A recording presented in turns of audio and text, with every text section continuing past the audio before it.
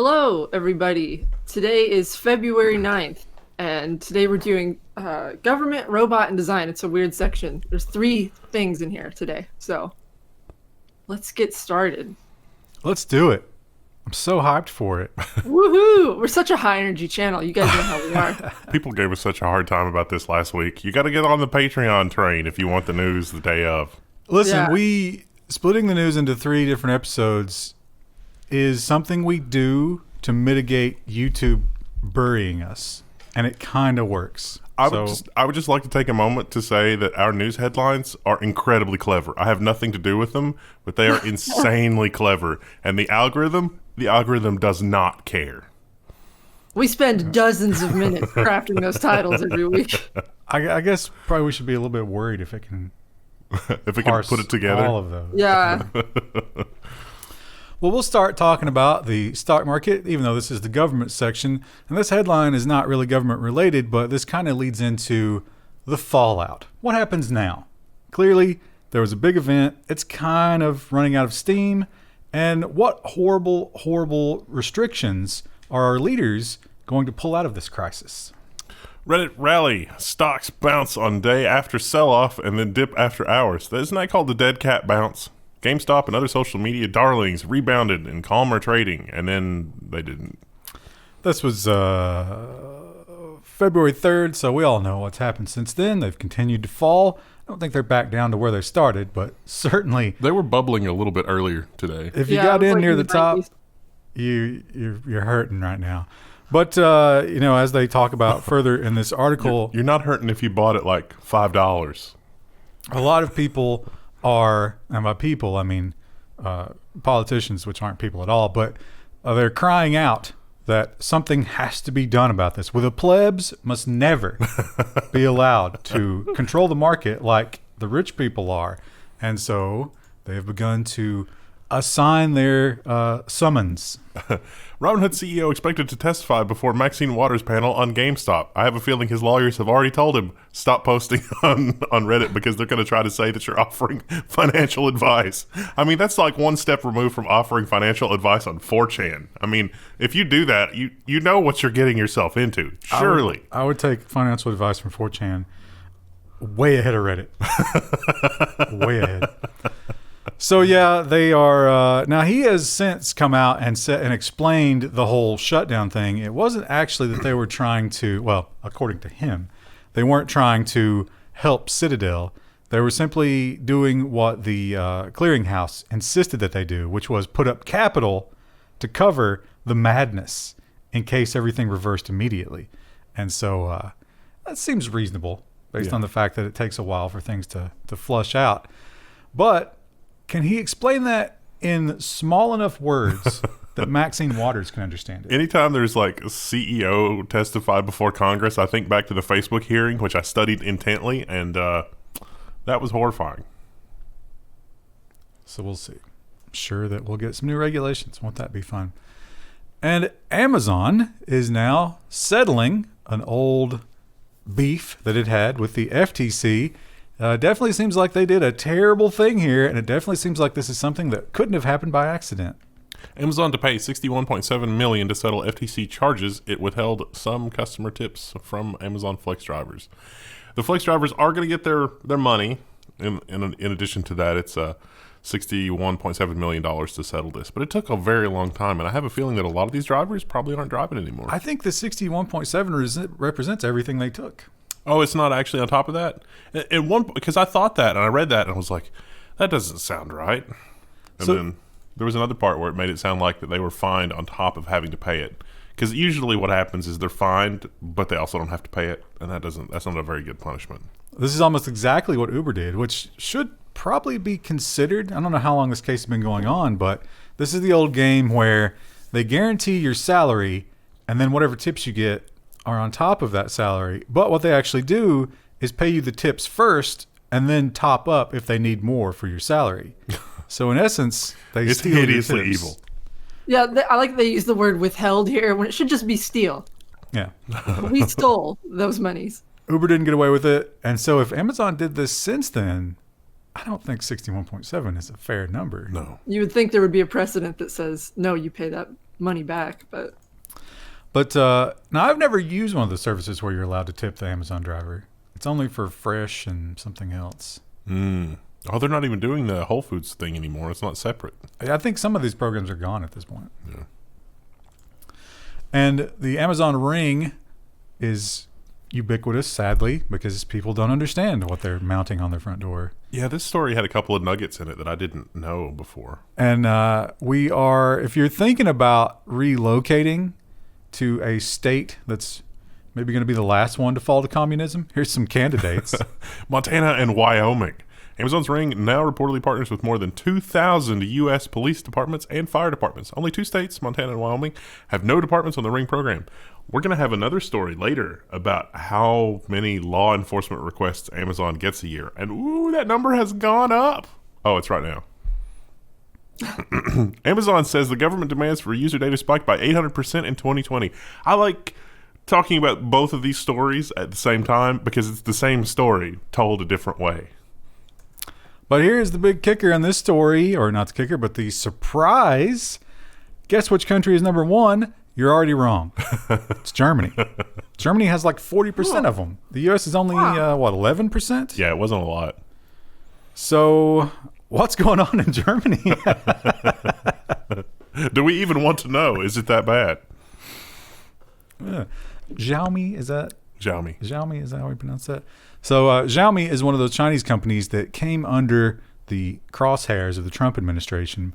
And while they did not shut them out like they did Huawei, they did ban U.S. investors from putting money into Xiaomi. And that's going to cause a big problem because a lot of our big companies are into that. Xiaomi sues U.S. seeking to reverse investment ban. They came out and said, we have nothing to do with the Chinese Communist Party. They have nothing to do with our business, blah, blah, blah. One of the quotes from one of the U.S. administration officials is like, if you're doing business in China, the Chinese Communist Party definitely has an interest in your company. It may just be overt. But they're, more specifically, Xiaomi, for whatever reason, is more closely tied to the People's Liberation Army. Yeah. I don't know why. Anyway. They believe it, and you might be thinking, well, Trump's gone now, so this doesn't matter anymore. But as many of the things we've talked about recently, Biden's commerce liaison, lift something, sees no reason to lift. I'll lift the Huawei blacklist. Well, this was a little bit of a nothing burger, but they did clarify because she was like, initially she didn't like. There was a bit of news. And it was like, we're going to revisit the blacklist. And it was like, oh, Huawei. But they didn't actually name Huawei specifically. And then when they did revisit the blacklist, Huawei stayed on the blacklist. Xiaomi. Oh, yeah. Sorry. Yeah. The Joint Strike Fighter F-35 has been a bit of a boondoggle. How many billions have we spent developing it at this point? A lot of a boondoggle. It's not a good dog fighter. I don't know if it was ever designed to be, but if it comes to that, that'd be a nice thing to have, right? And now that pilots have been in it, we have at least one pilot who has spoken on conditions of anonymity because he'd probably be court-martialed. And he's going to tell us something that I think everybody who drives a Tesla already knows, which is there are some ideas that are really stupid for situations where your attention needs to be elsewhere. And sometimes your attention really needs to be elsewhere. The problems of touchscreens in the Joint Strike Fighter. So under condition of anonymity, this pilot was like, oh my gosh, it looks cool, but then you actually have to use this and you got to use those touchscreen controls. It does not work well at all. 20% failure rate, he mentioned. But just, like trying pressing to the wrong part of the screen. Fumble at some. I imagine they wear gloves in cockpits, right? Yeah, pressure suit. You got to have your pressure suit. I think you're okay as long as you have the mask. Mm-hmm. But this is really cool, though. Like this screenshot, that green overlay there, that's inside the helmet. Heads up. That's really cool. So, yeah. They're down to, I think he mentioned there were 11 physical switches. 10 actual physical switches in the cockpit. One of those is emergency eject, I hope. Yeah.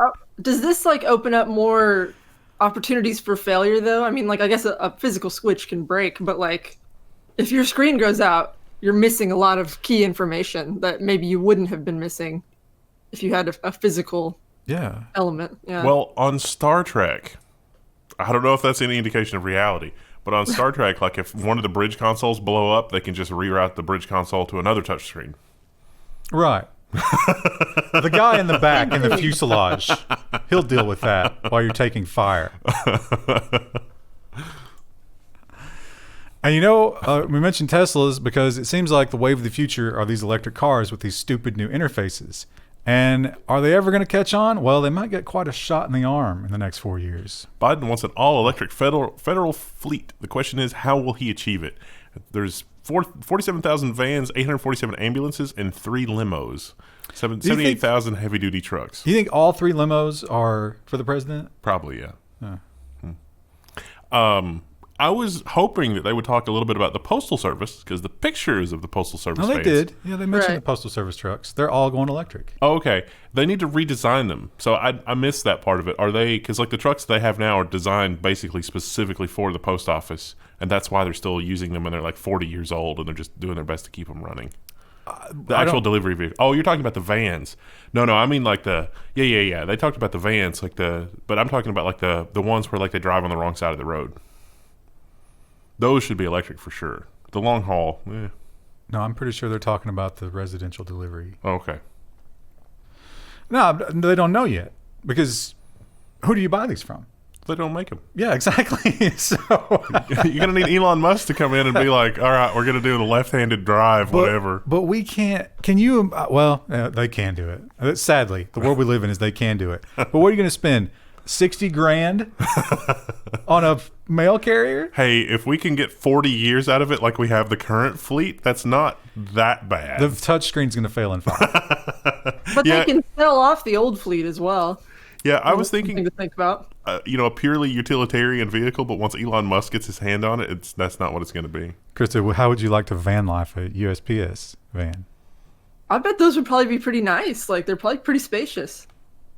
I think they have Sell it off cages to a whole new right? generation of millennials and Gen Z. I think they have like a sorting system in there. They can be ripped out. Tear it out. Yeah. Now, we did a story about this last week, and after reading this story, I have a theory. Let me see if you think this might be true. I think the mayor of Miami owns Bitcoin. Miami's mayor leads the change to bring Bitcoin to America's largest cities. This is kind of a follow-up to last week's story where they were putting information on their website about Bitcoin. Now they're saying, hey, maybe we'll let people pay their fines in Bitcoin and receive salaries. Yeah, the employees. So they have here's a bullet list of his big plans down here. City employees, pay taxes, and the Treasury might invest capital into Bitcoin. That seems reckless. See, I can, because Bitcoin is inherently deflational. So as long as people are using it, it's okay. But I don't think Bitcoin is particularly compelling to use for things like, your salary. That makes me nervous. Like, if I was an employee of the city and it was like, we're going to pay you in Bitcoin, I'd be like, nah. But you also introduce fees to get your money. Yeah, exactly. So that's a big problem with that, yeah. Like I said, I have a feeling he's got a lot of Bitcoin, and he's like, how can I move this market? Or people that have him in their pocket have a lot of Bitcoin, and then there you go. Now, you might call that market manipulation, but other people might call it innovation. And we are lacking innovation here in the U.S., sadly. South Korea leads world in innovation as the U.S. exits the top 10. I was trying to suss out, the different ways that they define innovation. They actually do talk about that a little bit in the article. Yeah. But I'm surprised that the U.S. is doing that badly given some of the criteria and parameters. Yeah, the innovation index, high tech, some of the other stuff. I'm surprised it's doing that badly, but okay. I mean, I don't disagree. I don't have anything to refute it, but I mean, good Lord. Hey, listen, we're still ahead of France. We're still beating France, as we always have throughout history. Yeah, but I mean, is that really an accomplishment? When France, really?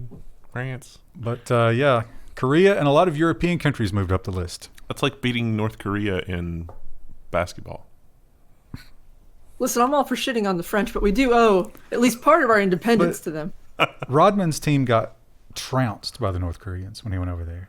Did he? Oh, God, yeah. They were shooting from outside, and you could tell every time their fingertips left that ball, they knew their family's lives depended on whether or not it sunk or not. Between that and the methamphetamine, I mean, it makes sense. They were literally playing for their dinner. Oh, the show is once again turned to dark. And it's going to get darker because North Korea is a little bit past this. But when you think about, modern governments, there are some things that you just shouldn't be able to do. And yet, in many parts of the world, they do it at the drop of the hat, or in this case, a military coup. Internet blackouts skyrocket amid global political unrest. Oh, and they've got a map, countries with temporary internet or social media blockages since 2019. That's a very large picture of Russia and India and Uganda and a lot of other countries. Myanmar, I don't ever how to pronounce it. We've got 3 stories about Myanmar. Myanmar is the star of the show this week. Resistance coup grows despite Myanmar's block of Facebook. That was also where they there was a lady that was doing a yoga video for her YouTube channel or something, and like the military junta from like the takeover thing was happening in the background, and she had no idea. Yeah, she's just dancing away, and then you see all these military trucks roll by, and it's like, oh, what's happening there? Yeah, somebody shopped Bernie into that. It was pretty funny. So yeah, they took over, and it's a pure military coup. And part of the way that they deal with the people not liking that, just turn off the internet. We should point and laugh at that, but that was kind of close to what happened here, so we should probably not point and laugh at that. Oh yeah, they would do it. I don't know if it would probably be. It would take more effort here because the ISPs would have to get on board. I think it'd take them like 3 days. Yeah. And you might be wondering if you are a Myanmarian. What is the plural? Sound right. If you're one of those people who live there, a resident. If you're Burmese, you might be asking yourself, well, how long can this last? I mean, we should probably have this back by March, right? Hang on. India is restoring 4G internet in Jammu and Kashmir after 18 months. We covered this story when it first broke. I had no idea that was still going on. And it turns out it's a little bit of a lie. They had whitelisted 301 websites. Including Amazon and Netflix. Yeah, I remember that list, and it really was just like the corporate sponsors of Kashmir. Yeah. So I guess they knew that people would really revolt if they couldn't get their Netflix. Well, they suffered for well over a year. Yeah. And I guess they were locked down, too. Yeah. Oh, imagine that. I mean, that's going to happen. That's going to happen to a quote-unquote developed country. You watch and see. That's a harsh sentence. Down in Australia, they are still having their fight with Google, and Google may be feeling a little bit of the burn. They're making a tiny concession. I don't think it'll be enough. Google launches news showcase in Australia against media bargaining code backdrop. So this is just a preview of what their little news thing is going to be in Australia. This is a taste. I think they did this hoping that they could get everybody to come to the table and cooperate with them, but I just don't think they're going to pull out of Australia if they don't get their way. They did. They partnered with all these various Australian news places that I've never heard of. Crikey is one of them. What a great publication. Crikey. It's just a stereotype.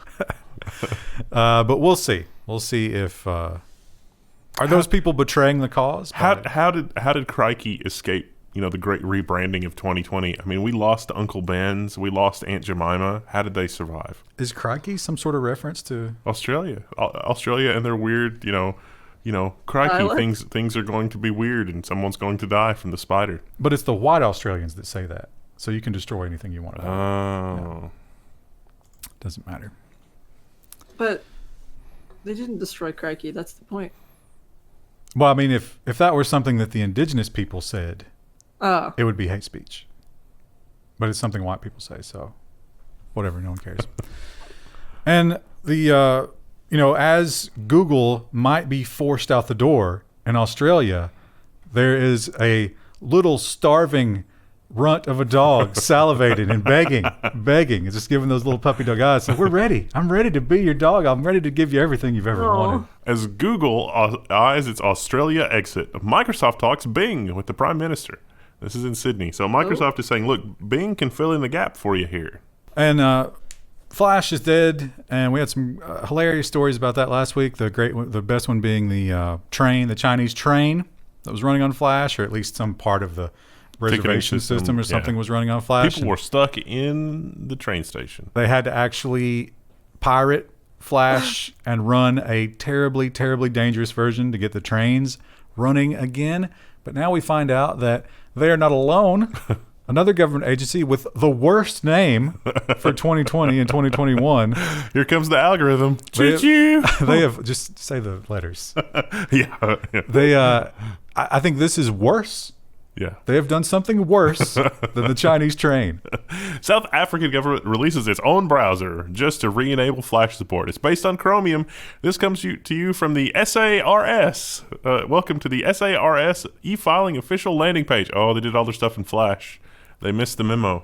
That's the South African Revenue Service. That's their version of the IRS. That's the Boiler Snake. Boiler Snake has run afoul of them in the past. He has a diamond mining operation, and I think there was some bribes that had to be given. Yeah, the Boiler Snakes reminded me that I've just filed some paperwork, so I might not be in the next episode of the news. So, is that a joke or? No, I'm gonna have to go after the next episode of the news, but I'll be back. Okay. Or after this episode, I mean. China. So, an interesting thing is happening as we see time after time. All this this data from the contact tracing just gets leaked. We knew it was going to happen. Any sane person knew it was going to happen. But they were like, no, we need to do it. And now we're finding other ways in which we had, when the pandemic started, China was like, oh, let us help you with that. Well, we know what we're doing here. Let's just help you with that. And some people are like, that makes sense. But China's push to control Americans' healthcare future. U.S. officials say Chinese government is trying to collect Americans' DNA, and they believe the recent offer from a Chinese company for assistance with testing for the thing is suspicious. So, yeah, if you've got all of our genetic information, you know exactly what sort of genetic defects we're going to have. Who knows what sort of crazy stuff you can do with that. But also, it seems like you could do a lot of other just really scary stuff. What if you had a lab that could synthesize viruses? Oh, man. Could just target the one thing. I mean, you know, I was surprised. I was reading about the Russian guy and the Novichok. It's surprisingly easy to make that stuff. And the components for it are basically off the shelf. That's true of a lot of poisons. Moving on to the robot section, we have a very helpful little robot here. So when you are looking at the night sky with certain kinds of telescopes, you use fiber optics. But you have to actually print a plate and poke a little hole everywhere there's going to be a light source from the night sky. And then you got to thread that little fiber optic in there by hand. So these were like literally PhDs sitting there all day long, putting little fiber optics into a plate. Thankfully, not anymore. Astronomy surveys aim to up the pace with an army of tiny robots poking holes in things and threading things. So yeah, the robot, I don't even think it's going to be threading anymore. I think the plate itself can somehow... It seemed like it was like a combination like printing process where it would like make the little divots and then the thing would come behind it and just shove the fiber through. But they can change it afterwards. You don't have to print another one. And it used to take days or weeks. Now it takes 2 minutes. Nice. So that's exciting. Maybe we'll find those aliens finally. Maybe they have a vaccine that works. Or they just give us something else like the Andromeda strain.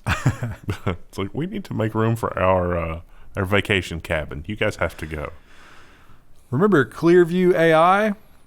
They did some terrible, terrible things. But technically, they were legal things. Except in Canada. Which says a lot that all that was legal. But yes, as you say, they did not check across the border with those regulations. Oops. Which you always have to do. U.S. technology company Clearview AI violated the Canadian privacy law, according to this report. This is pretty cool that Canada has this kind of a law. And the Canadian law, we don't have laws like this in America as far as I can tell. But the Canadian law is basically like, even though all of this stuff is public, you're amalgamating a whole bunch of stuff that's public that people don't expect to in a way that frustrates people's individual privacy. So you're not allowed to do that. Whereas here, it's like, oh, that was in a public database. It's fair game, which is like probably not a modern, like we probably shouldn't be doing that. They pointed out that these people, through no fault of their own and through no opting in and through doing no crime, began to be compared in criminal databases. Yeah. And that's not okay in Canadian law, which kind of makes sense. Also, there were some children in there. A lot of children. Shouldn't be doing that. AI is not very good at telling children from people that just haven't aged. To be fair, I'm not either. Yeah. Yeah. So Yeah, it's like there's somebody that's alone in a shopping aisle that looks like they might be younger. It's like, I'll just go to another aisle for now. is that because you don't want to get wrapped up in any controversy, or you're afraid they'll attack you? Either way. Or they'll turn and be like, "Can you help me find my mom?" And it's like, "Oh no." Yeah, and it's like, is this a trap? I don't understand. Well, I do know one thing about young people. I'm pretty out of touch, but I know one thing about young people. They need jobs. Do they though? And they seem perfectly content. Dude. And one of the places, one of the hirers of last resort is Amazon at this point, right? You can go toil your life away in a cold and or hot warehouse and just peeing your pants all day. But it's a job. It's there for a little bit longer.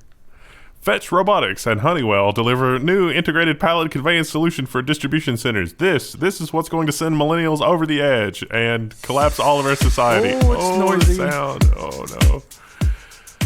Oh, I hate these volume Oh bars. no. Oh, they're so annoying. Just stop it. It's fine. But anyway, this thing is just bananas. You should check out the video. So I can't. This is so. Just skip to the middle and like they'll get the There idea. we go. There we go. I got it. So you got this guy, and he drives up, and he's got this little station here, and whatever's sitting on top of the station. All right, come on. There you go. He'll slide in there, jack it up, take it wherever you want it, put it on that same station. But you do have to have those stations everywhere. Yeah, but see also the other robots that they have where, you know, they've got the robots that pick and place, and then they got the other robots that, you know, can sort boxes automatically. So all this thing has to do is haphazardly dump that on a conveyor belt, and it'll just sort the boxes. So bad news for you Amazon workers. You know, I mean, we'll talk about this in the next section, but you remember that unionization talk? Oh yeah, that went through. Actually yesterday the mail for that went out. Amazon had a last-ditch effort for unionization, and they failed. You know who will never join a union? That robot. Or this one. You don't know that. They don't This even one's want to be paid. This one's not going to join a reunion. This one, maybe the most famous robot right now. Do you think? Yes. Non-fictional robot. It is amazing that Boston Dynamics is not profitable as famous as this robot is. Well, it's just not useful, but it is getting more useful, and that's what this is all about. Boston Dynamics Robot Dog gets an arm attachment and self-charging capabilities. So this thing, I have it on good authority that Boston Dynamics is talking with a major park service, and they are looking at replacing their trash pickup employees, about 60-70% of their trash pickup employees, with these. Yeah, I mean, just it can turn switches and blah blah blah, but they're just like, we just want these to pick up trash. That's all we want. He's oddly adorable.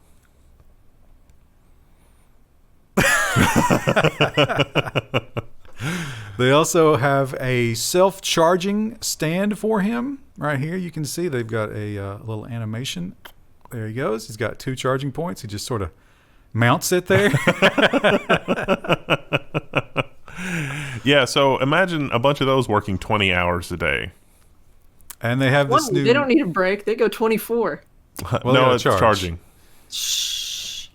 They got this new software web app where you can actually like assign movements and paths and stuff like that with your robot. It looks actually pretty impressive.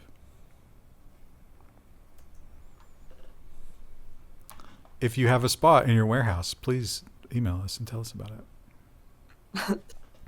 What if it gets real grabby? What if it's actually a sexual assault bot? You could, so that the arm has a 4K camera in the middle of it, and you can drive the robot looking through the arm. So you could totally grab some ass with that. Yeah. Easily. Just with an And Android before tablet. that's a story we have to report on. It'd be funny if you got your spot robot and put like a little Trump wig on it, and then every woman you saw, well, I shouldn't say that. Yeah, no, let's not go there. And finally, we end with a design story, and this has to do with Amazon. Amazon planned this amazing new headquarters, and you could tell they really wanted to make a splash. But a lot of people are comparing it to something else that makes a splash. Yeah. Krista. Amazon's next headquarters is a glass poop emoji covered in trees. That thing It's is going to be in Arlington, Virginia. it's going to leak water like a sieve. Here's the thing with like any sort of architectural rendering, especially for big buildings like this, they always cover it in plants because they're like, oh, we care about the environment. But when they actually go to build it, they're like, wait, plants are expensive, and then they never put the plants in. Well, So Amazon I certainly. would be willing to bet that they just have a giant glass turd by the time this gets built. The bottom few floors are supposed to be like a dog park and some other stuff open to the public. And they do claim here, Krista, that all that greenery is going to be incorporated in alternative workspaces. Plants have to be taken care of. Amazon doesn't like paying workers. Yeah. It'll just be glass. You think squirrels get in there? Do they have squirrels in their trees? Oh, I'm sure they do. That'd be a cool life. Would it? An Amazon squirrel?